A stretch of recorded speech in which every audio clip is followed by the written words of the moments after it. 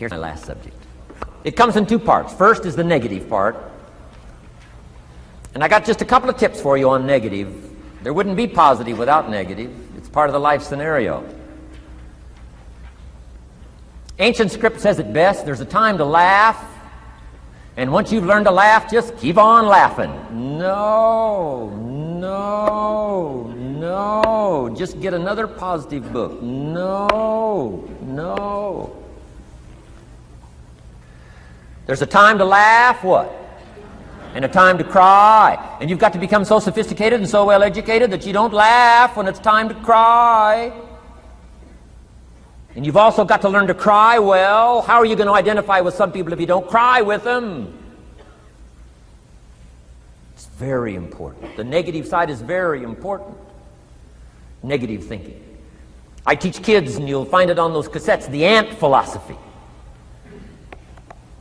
Let me just give you the quick scenario on the ant philosophy. Number one, ants never quit. What a good philosophy. If they're going somewhere, you stop them, guess what? They'll look for another way.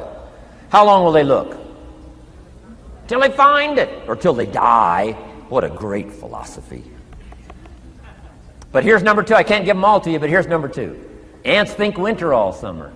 You've at least got to be that bright. You can't think summer all summer.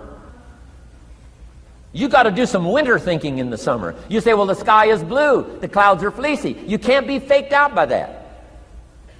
Ancient story says, don't build your house on the sand in the summer. Why would we be cautioned not to build our house on the sand in the summer? Because it's easy to get faked out. So what should you do during the summer? Think winter. Think storm. That'll drive you to find a rock in the summer when the sky is blue. Key, negative is normal. You got to handle it. You can't dismiss it. It's part of the life scenario, like your white corpuscles we talked about earlier.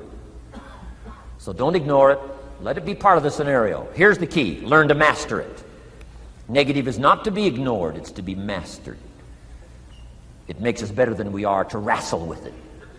It makes us better than we are to be alerted to tyranny that moves into Kuwait, or ignorance that moves into your life, or procrastination that moves in and robs you of your fortune, or poor health that's going to be the legacy of those who neglect their health disciplines. You got to do battle with the enemies on the outside and on the inside. So learn how to handle the negative. And now here's the last, called the positive. Let me give you the day that turns your life around, as quickly as I can. I got 4 parts to the day that turns your life around, and then we're finished for the day. Number 1, disgust. Disgust. Disgust is a negative emotion, but it can have a very positive, powerful effect. Disgust says, I've had it. What an important day that could be. I've had it. Wow. I met a beautiful, powerful, accomplished executive lady in New York. The company invited me to come in. This lady was a vice president, extraordinary lady. I got to know her, and I found out her story. I said, how did you get here? Big income. And she never went to college, never went to university. I said, how did you get here? Executive, powerful, income. She said, well, let me tell you part of the scenario. She said, when I was a young mother a few years ago, she said, one day I asked my husband for $10. And he said, what for?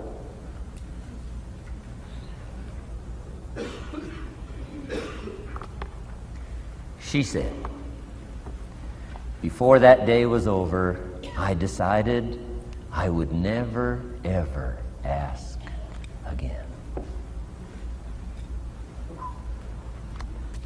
She said, I started studying opportunity, found it, took the classes, put myself through the schools, did the scenario. Now I'm vice president. I make a lot of money. And she said, I kept my promise. I've never, ever had to ask again. It's called a life-changing day. The day you say, enough is enough. Now, if you can add an act to your disgust, it helps. A man takes a shotgun to his car, blows out every window, destroys every tire, puts 100 rounds in it, and says, I've driven this embarrassing thing for the last time.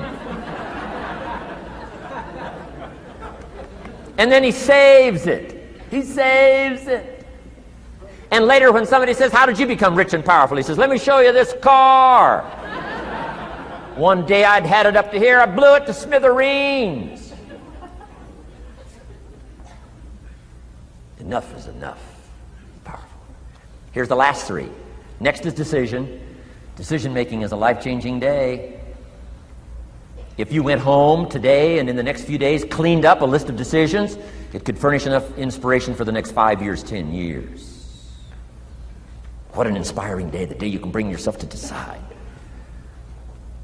And here's the third one, desire, wanting too bad enough. Who knows the mystery of that? We don't know. But here's something I do know. Sometimes desire waits for a trigger, waits for something to happen.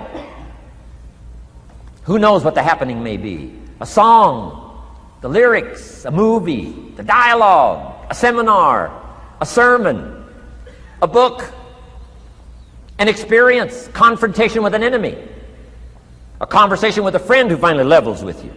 Whatever the experience it is, it's so valuable. And here's my best advice. Welcome all experiences. You never know which one is going to turn everything on. Don't put up the walls. The same wall that keeps out disappointment keeps out happiness.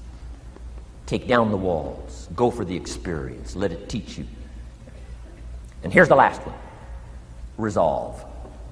Resolve says, I will. Two of the most powerful words in the language. Benjamin Disraeli said, nothing can resist a human will that will stake its existence on its purpose. Shortly put, I'll do it or die. Best definition of resolve I got from a little junior high girl, Foster City, California. I'm going through some words one day. I got to this one and I asked the kids, who can tell me what resolve means? Some didn't know, some tried. Interesting. The last one was the best. Little girl about 3 rows back, she said, I think I know, Mr. Rohn. I said, what? She said, I think resolve means promising yourself you will never give up. I said, that's the best I've ever heard. She's probably giving seminars somewhere today, right? I mean, that's the best I've heard. I asked the kids, how long should a baby try to learn how to walk? How long would you give your average baby? Before you say, hey, enough's enough. No. Any mother in the world would say, you're crazy. My baby is going to keep trying what? Until. What a magic word. I want you to write it down. Until. Promise yourself you'll read the books until your skills change. You'll go to seminars until you get a handle on it. You'll listen to it until it makes sense. You'll go for it until you understand it. You'll practice it until you develop the skill. Never give up until, however long that is. Step by step, piece by piece, book by book, word by word, apple by apple. Walk around the block, walk around the block. Go for it. Don't miss the chance to grow. And resolve that you'll pay the price until you learn, change, grow, become.